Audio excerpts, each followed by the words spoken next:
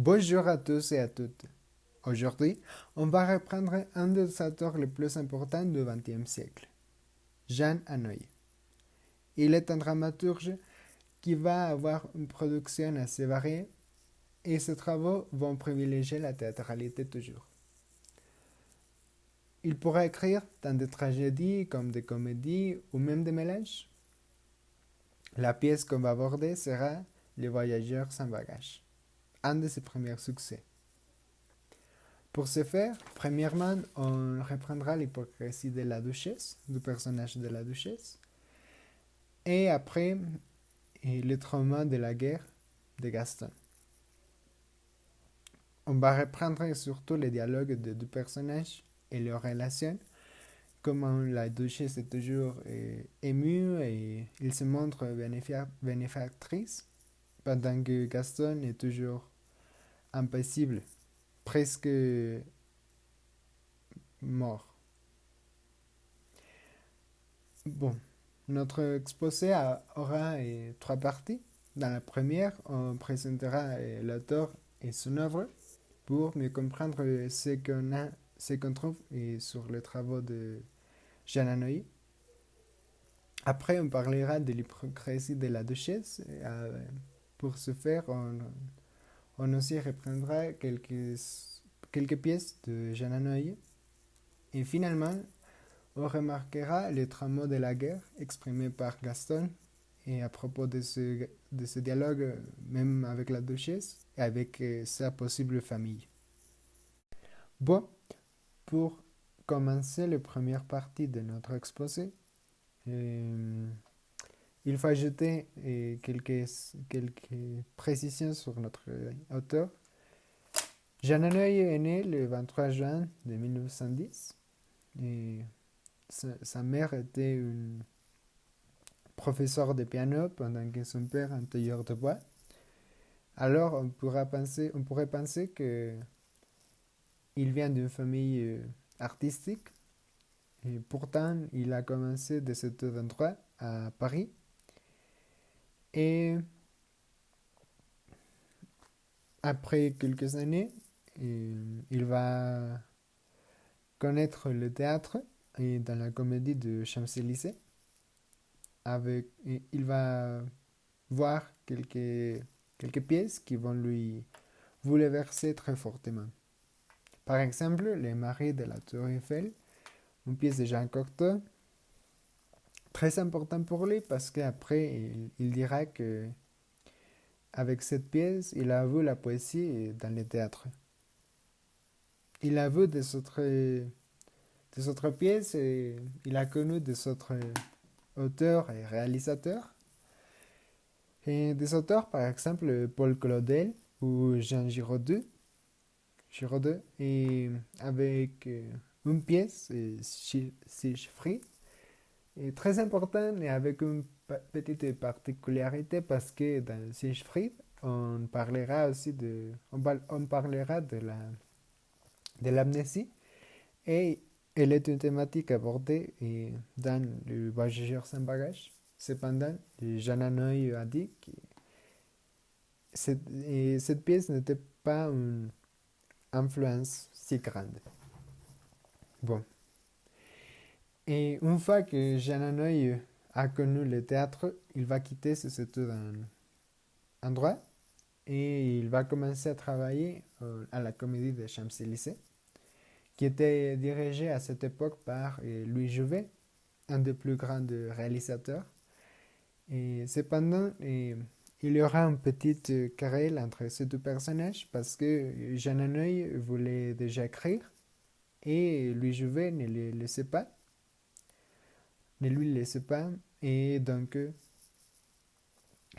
Jean Hanoï va quitter aussi son travail de la comédie des Champs-Élysées pour commencer à écrire.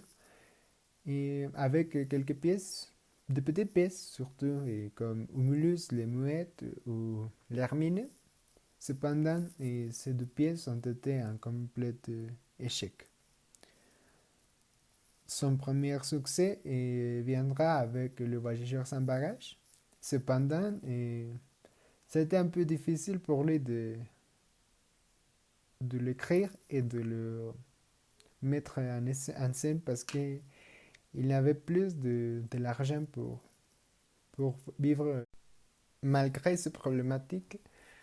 Et l'auteur a pu mettre en scène sa pièce grâce à l'aide de Georges Pitef, qui était un réalisateur célèbre du XXe siècle à Paris. Et il faut ajouter aussi que Jean Hanoï a participé comme scénariste parce que avec cette information, on saura que l'auteur pouvait se développer dans plusieurs disciplines de théâtre et on le verra après comme réalisateur ou aussi acteur. Et bon, à propos de la pièce, Le Voyageur sans bagage, et l'intrigue plus ou moins sera un, un amnésique appelé Gaston qui après la Première Guerre mondiale, il sera avec cette condition et il se trouve dans une institution mentale dans laquelle il n'y a pas, il n'a pas un problème, mais cependant, son cas est célèbre ou dans la société française et ainsi une duchesse lui va aider pour qu'il puisse retrouver sa famille et ainsi il pourra euh, avoir une pension pour, pour avoir été un soldat dans la guerre. La duchesse lui présentera à la famille Renault, laquelle, euh, à laquelle il sera confronté parce que euh, cette famille lui montrera un portrait assez méchant, on dirait, de sa personne, de sa possible personne en avant. La famille Renault a perdu un fils dans la guerre et cependant, cet fils était une mauvaise personne parce qu'il tuait des animaux, des petits animaux. Il va avoir une relation amoureuse avec la petite amie de son frère. Il va abandonner sa mère, donc Gaston est horrifié à propos de la personne qu'il pouvait avoir été. Et, mais il a l'intention de fuir de cette rencontre. Cependant, il ne peut pas parce qu'il a une grosse pression par rapport de la famille et aussi de la duchesse. Et quand tout paraît être perdu, on verra que Gaston retrouve un petit enfant qui est aussi un candidat, on dirait, une possibilité de famille.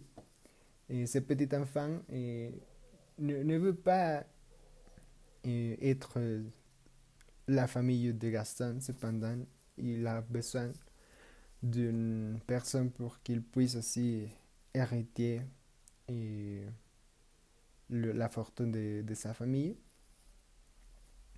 Et ainsi, tous les deux arrivent à une sorte de contrat dans lequel Gaston sera libre et le petit enfant aura son héritage.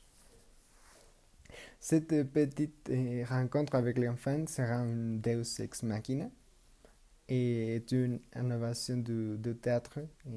On a vu que le personnage de la duchesse est assez important dans la pièce de Jean Anouilh. Ainsi, nous allons nous concentrer sur le deuxième point de notre exposé, lequel est justement l'hypocrisie de la duchesse. Bon, premièrement, il faut préciser que la duchesse est un personnage qui apparaît dans plusieurs œuvres de Jean Hanoï, avec une construction similaire parce que elle est une personne assez riche qui est de sa famille, mais qui, au contraire, elle essaie de contrôler toutes les personnes qui ne, qui ne sont pas et qui n'appartiennent pas à ce cercle social. On a plusieurs exemples, comme Humulus le Muet, la première pièce qu'on a vue. Dans cette pièce, la duchesse essaie d'être la copine de Humulus. Cependant, le personnage ne veut pas. Et ainsi, euh, elle lui punit. Et on a un autre exemple qui est le Cadia. Dans cette pièce, son neveu veut euh, être l'amant d'une fille, mais il ne peut pas, alors la duchesse convainc une autre, une autre femme pour lui accompagner. Nous avons donc deux aspects qui feront partie aussi de la pièce Le voyageur sans bagage, parce que la duchesse essaie d'aider son neveu, qui est le psychiatre de Gaston, et en plus, la duchesse veut contrôler les valets qui apparaît dans la pièce, et aussi Gaston qui lui considère un être, on dirait, inférieur. Alors la duchesse est toujours aimable et elle a l'envie d'aider, mais seulement à sa famille. Au contraire, avec ses valets ou même Gaston, le personnage de Gaston, elle, est, elle a une attitude très autoritaire et elle sent qu'elle a le pouvoir pour contrôler toutes les autres personnes. On le verra avec quelques sites de texte, mais premièrement, il faut décrire les situations dans lesquelles on voit cette attitude et on découvrira ainsi l'hypocrisie de ce personnage. Par exemple, on a ici que la duchesse est bien bouleversée, on dirait, ou est bien nerveuse à propos de la rencontre de Gaston avec sa possible famille. Cependant, Gaston ne dit rien, il est toujours sans aucune émotion. Et on le voit ici. Eh bien, Gaston, vous êtes ému, j'espère. Et Gaston dit non, pas trop.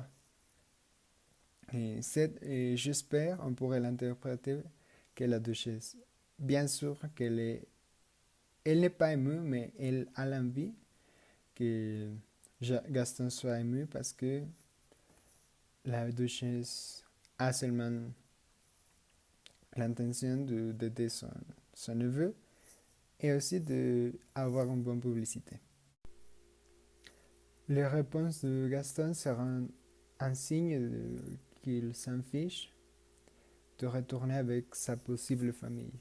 Et alors, ce fait va dévoiler que la duchesse a une intention plus personnelle que une intention d'aider. On a par exemple, et je ne le crois pas, personne, madame la duchesse. C'est entendu, madame. Et Gaston parle avec des phrases assez courtes. Et aussi, on voit que elle dit presque toujours madame la duchesse. Peut-être un signe de respect qu'il qu'il a, mais aussi parce que la duchesse a le pouvoir et Gaston ne peut pas lutter, on dirait, contre la volonté de la duchesse, même s'il ne veut pas être aidé. Mais pourquoi Gaston ne veut pas être aidé?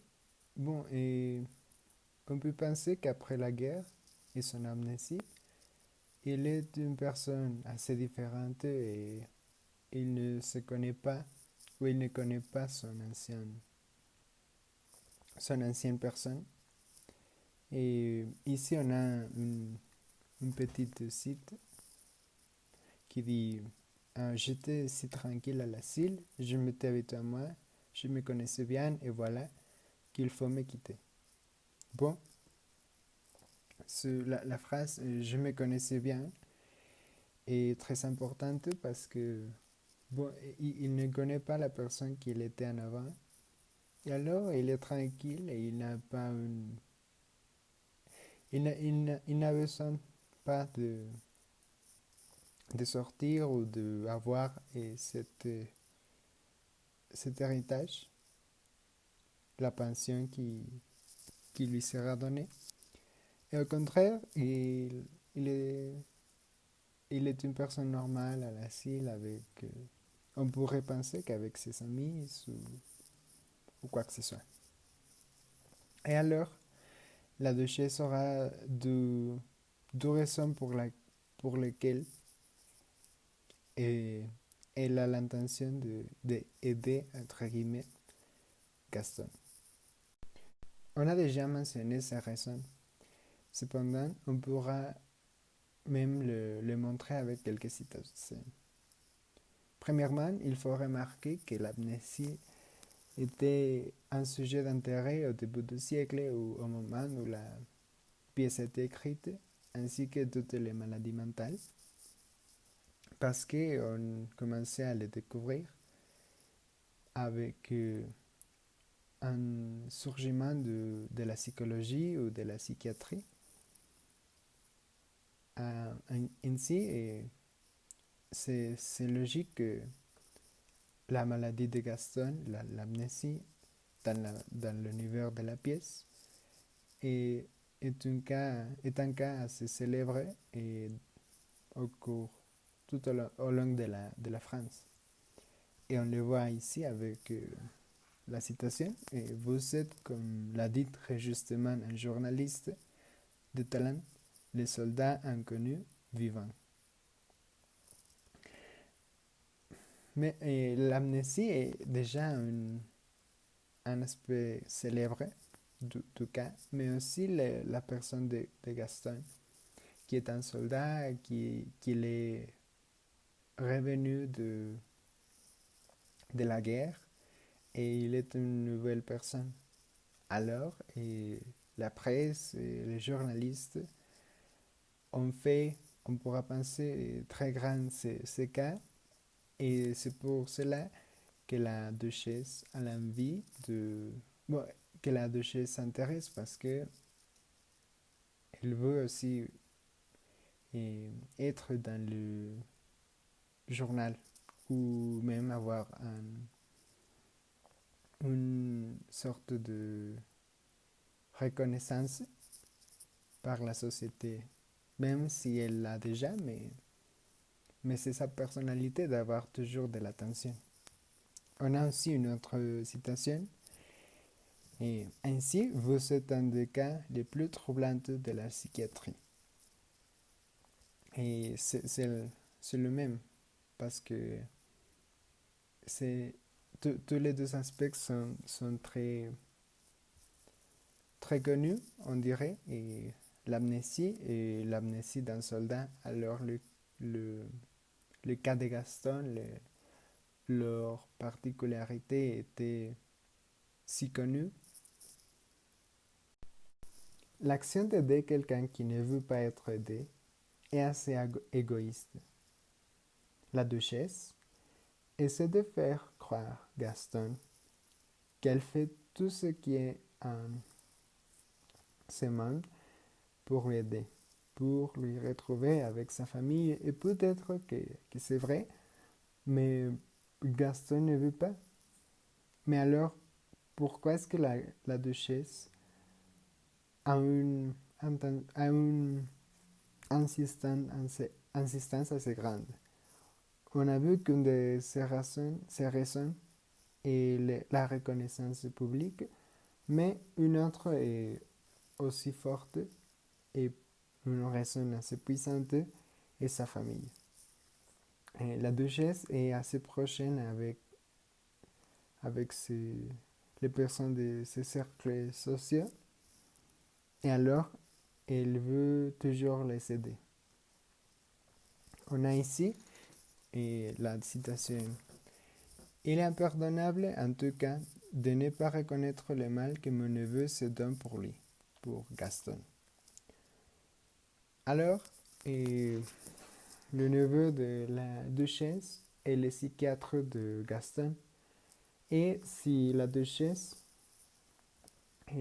aura la reconnaissance, aussi même son neveu, qui on pourrait penser que il a aussi une position privilégiée et qui est aussi un peu égoïste parce que Gaston probablement lui a dit qu'il ne veut pas sortir, mais le neveu et le psychiatre a, a seulement l'idée d'être célèbre dans le monde de la psychiatrie et il s'appuie sur, sa, sur la duchesse. Bien qu'elle ne soit pas la thématique principale de la pièce, on pourra trouver une sorte de critique contre l'aristocratie et contre la haute société, parce que dans la duchesse comme son neveu sont montrés toujours comme des personnes assez égoïstes qui ne pensent qu'à son propre bénéfice. Même si le personnage du psychiatre de neveu de la duchesse n'apparaît pas explicitement, et à partir des dialogues qu'on a vus, on a dévoilé qu'il aussi ne cherche qu'être reconnu. Et alors, c'est intéressant parce que la duchesse et lui-même, le neveu, sont deux personnes avec une position de pouvoir. Ils sont déjà reconnus par la société, mais ils sont insociables. Et alors, ils s'en fichent de ce que Gaston veut. Après d'avoir repéré sur l'hypocrisie de la duchesse, il est moment de passer sur notre troisième point de l'exposé, lequel est le trauma de la guerre exprimé par le personnage de Gaston. Et pour ce faire, il faudra souligner dans un premier temps les courtes phrases qui dit Gaston quand il est parmi les gens ou quand il parle avec quelqu'un. On l'a vu déjà avec les dialogues qu'il fait avec la duchesse, parce qu'il il parle avec de petites phrases. Il indique oui ou non, ou peut-être, mais il n'y a pas une construction si grande d'une phrase. Et il est possible donc qu'il n'a pas une relation sentimentale avec son passé. Il ne veut pas être partie d'une réalité dans laquelle il ne fait partie et à laquelle il n'a aucun rapport. Et cette réalité sera son passé. Et on saura aussi que Gaston peut parler avec des phrases plus longues, mais quand il est avec des personnes ou des personnes qui veulent lui, lui faire retourner avec sa famille, il s'était pratiquement. Ici, on a un dialogue plus long qui dit j'étais si tranquille à l'asile. Je m'étais habitué à moi, je me connaissais bien, et voilà, qu'il faut me quitter. Et bon, quand le personnage de Gaston parle au public, il pourra construire tous ses sentiments, mais quand il est avec la duchesse, il ne dit presque rien. Quand on parle de l'éloignement de Gaston, il sera important d'ajouter qu'il a la même position au moment de rencontre avec sa possible famille. Ainsi, Gaston ne dit presque rien quand il parle avec Madame Renaud ou avec Georges. Il se trouve dans son ancienne chambre, dans son ancienne maison, et cependant, il n'est jamais ému. C'est vrai qu'il ne reconnaît pas le lieu, mais il est un Georges comme Madame Renaud, et c'est de lui montrer que il était sa maison, avec des phrases qui veulent faire sentir une sorte de nostalgie ou mélancolie à Gaston. Et, mais Gaston n'est pas jamais bouleversé et on le voit avec ses dialogues. Par exemple, quand Madame Renaud dit tu sens peut-être quelque chose qui s'éclaire en ce moment en toi, elle, elle cherche de trouver une lueur, mais Gaston dit non, rien que la nuit la plus obscure. On imagine que Gaston dit ce dialogue avec un visage sans aucune émotion. Aussi, Georges lui dit avec quelques signes d'exclamation et oh, tu étais très audacieux déjà, en essayant de lui rappeler un souvenir. Et Gaston ne dit rien. Et oui, c'est vrai que Gaston ne reconnaît pas le lieu, mais il y a une sorte de négation parce que Gaston ne veut pas être le frère de Georges, il ne veut pas être le fils de Madame Renaud. Mais pourquoi Gaston ne voulait pas appartenir à la famille Renaud? On dira premièrement que c'est parce que tant Madame Renaud comme Georges faisait un portrait compliqué de Gaston parce que il était un assassin d'animaux. Il avait trompé son frère, il avait abandonné sa mère.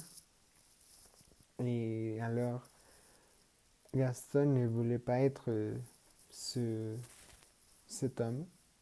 Cependant, on peut aller plus loin et on découvrira que Gaston ne veut pas être dans une famille qui lui rappelle une personne qu'il peut ou il ne peut pas être. Il, il, a, il a peur de se retrouver avec la personne qu'il était en avant de la guerre, qu'il était avant la guerre. Et c'est là où on trouve le trauma de la guerre. Par exemple, avec cette citation, un héros est vague aussi en temps de guerre, que médisant l'avare, l'envieux, le lâche même, était condamné par les règlements à être des héros. Alors, peut-être que maintenant, Gaston est le cas célèbre de la psychiatrie, les soldats inconnus, les soldats connus partout de la France.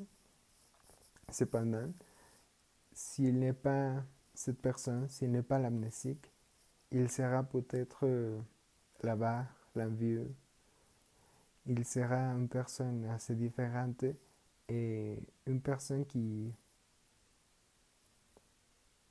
qui a souffert beaucoup à propos de la guerre. Et ainsi, Gaston essaie de s'éloigner avec toutes euh, les- leurs possibilités, leurs possibilités de, d'un passé auquel il ne veut pas appartenir. Il n'idéalise jamais la guerre, il ne se sent pas heureux, il veut être seulement une personne nouvelle, une nouvelle personne, on dira. Dans cet exposé, on essayait de reprendre une des pièces les plus importantes de Jean Anouilh et son premier succès, en fait, le voyageur sans bagage. Dans le but d'analyser cette pièce, on a repris premièrement la vie de l'auteur et on a fait un petit parcours de ses travaux. Après, nous nous avons concentré sur l'hypocrisie du personnage de la duchesse. Et dans un premier temps, et on a vu que le personnage de la duchesse est un personnage récurrent sur les travaux de Jean Anouilh. Et après, avec quelques citations, on a vu que la duchesse représentait même un statut social de l'aristocratie et comment cette classe sociale est égoïste et hypocrite parce que la duchesse ne cherche que son propre bénéfice. Et finalement, dans le troisième point de notre exposé, on a analysé à partir de quelques citations les traumas de la guerre qui exprime le personnage de Gaston et à partir de l'éloignement qu'il fait quand il parle avec des autres personnages. Et contrairement, quand il parle au public, on dira, il peut faire de plus longues phrases et de plus longues réflexions. Finalement, on a vu comment il ne se voit pas comme un héros. Il veut s'éloigner à tout ce qui lui rappelle d'un passé auquel il n'appartient plus. Et pour conclure, il faudra dire que la pièce et même l'auteur ont plusieurs voies pour les analyser. Et par exemple, le Deus ex machina est et apparaît dans la pièce, on l'a mentionné, mais il sera intéressant de se concentrer sur cette petite particularité de la pièce, ou peut-être d'analyser plus profondément la duchesse dans tous les travaux de Jean Anouilh, ou même on pourra faire une division entre toutes ces œuvres et dans le but de trouver quelques liens et thématiques ou formels. Merci pour votre attention et au revoir.